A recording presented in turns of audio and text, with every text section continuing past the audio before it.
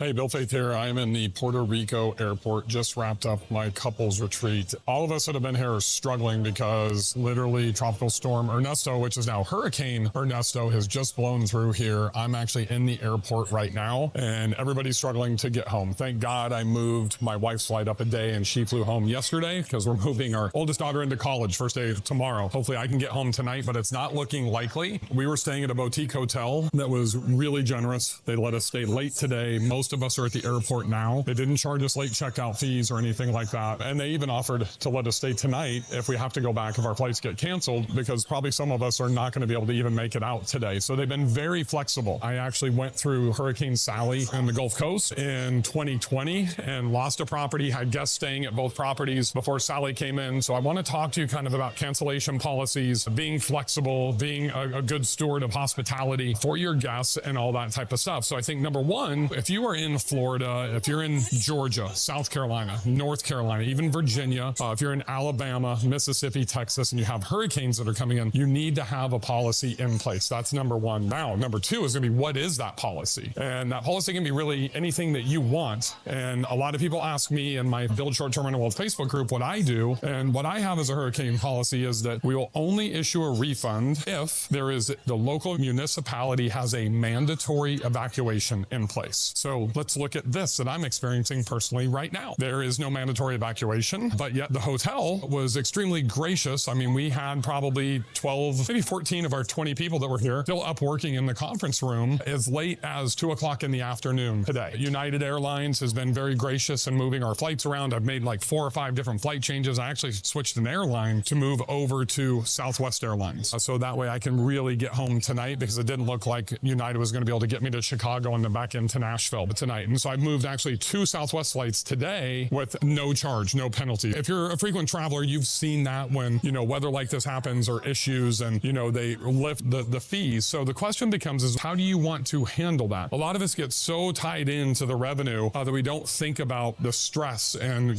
what our guests are going through. And I'm going through that right now. My wife was going through it yesterday. She had like 3 plane changes yesterday. She got stuck in Orlando last night, had to stay in the Orlando airport hotel and then fly home this morning. Most likely, Chris and I, who are flying from Puerto Rico to BWI, that's Baltimore, we're probably going to miss our connecting flight back to Nashville. I think it's 11 a.m. is when my daughter moves in. There's only 2 flights in the morning because we're probably going to get stuck there tonight to be able to get back to Nashville before her move-in to college starts. So that creates a tremendous amount of stress on me. And this is not just about the cancellation policy for hurricanes or tropical storms. You really need to think about any type of natural disaster and how you handle any type of cancellation. So I had a cancellation at a property 3 days ago, the day that we arrived down here in Puerto Rico. And, the guest said that, their daughter or son or somebody gotten in a car accident. And I'm like, okay, well, unfortunately, you're inside the cancellation policy. Did you purchase the travel insurance that we recommended? So in our welcome messages, we always recommend that our guests purchase travel insurance. They had not. They're starting to get upset with me because I won't issue a refund. And I said, look, you need to cancel the dates. And then if we can rebook them at equivalent or higher value, we will issue you a refund if we can fill the dates. So I want to be a little bit flexible, and I'm not going to double dip on somebody if they lose their refund and then I'm going and I'm booking the dates again. So I want to be flexible in that case. In regards to hurricanes, think about fires. I had 2 properties at this time last year in Montana. One I was under contract and closing. The other one that I've owned, most of you have seen that. There was a fire within 2.5 miles of that property, and it was smoky. It was a forest fire.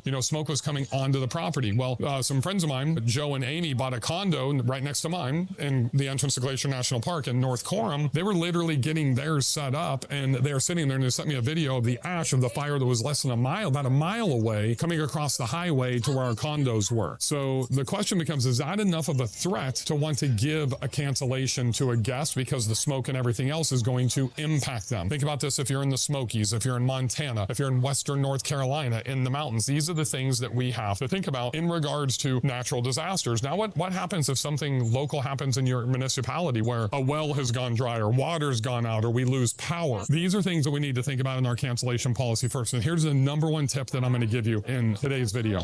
Determine ahead of time. Because once we get into that realm and we're dealing with the guests, it's not only emotional for them, it's becoming emotional for us as well. And that's what we want to really eliminate, is the emotion. So if you do it now ahead of time, write out your hurricane policy and be prepared to stick to it. But you want to have flexibility if it's going to impact guests in a negative way. Write out your fire policy, write out your utilities. What happens if the power goes down for 30 minutes versus versus if it's like 5 hours. And I go back and I think about when I bought my first Banner Elk property. Literally, we stayed there, meaning we had our girls there. Bree and I were there. I think we were there for 3 days. And the last day we ran out of propane. And this was in, I think it was February or early March. It was cold. We ran out of propane and our first guests were arriving the day that we were leaving after getting done with the setup. And it took us 5 days to get propane. They went like 3 days with no propane. I told them ahead of time they didn't want to cancel. We got them some space heaters, some extra blankets. They were all okay, but it did provide a negative experience for them in staying with us as our very first guests. We went above and beyond those 3 days. I still comped, even though we had to buy space heaters, even though we had to do everything else, because I did not want to get a negative review on my very first guest. So that was a little bit emotional because we didn't even contemplate that. We didn't even think that something like that would be a possibility. And, you know, it was our fault. We did not check the propane when we closed. It wasn't something that we were thinking about. So we had to take care of the guest, and I ended up refunding them, and I did not have a policy. Now I have a policy for running out of propane or utilities, or if the internet goes down, whether it's a hurricane, a tropical storm, or if it's a fire. Just get out in front of it, be proactive, create those policies so that way you eliminate that emotional state, because at some point this stuff's going to happen to you as well. So if you found any value with this, make sure you smash that subscribe button. I'll see you guys on the next episode.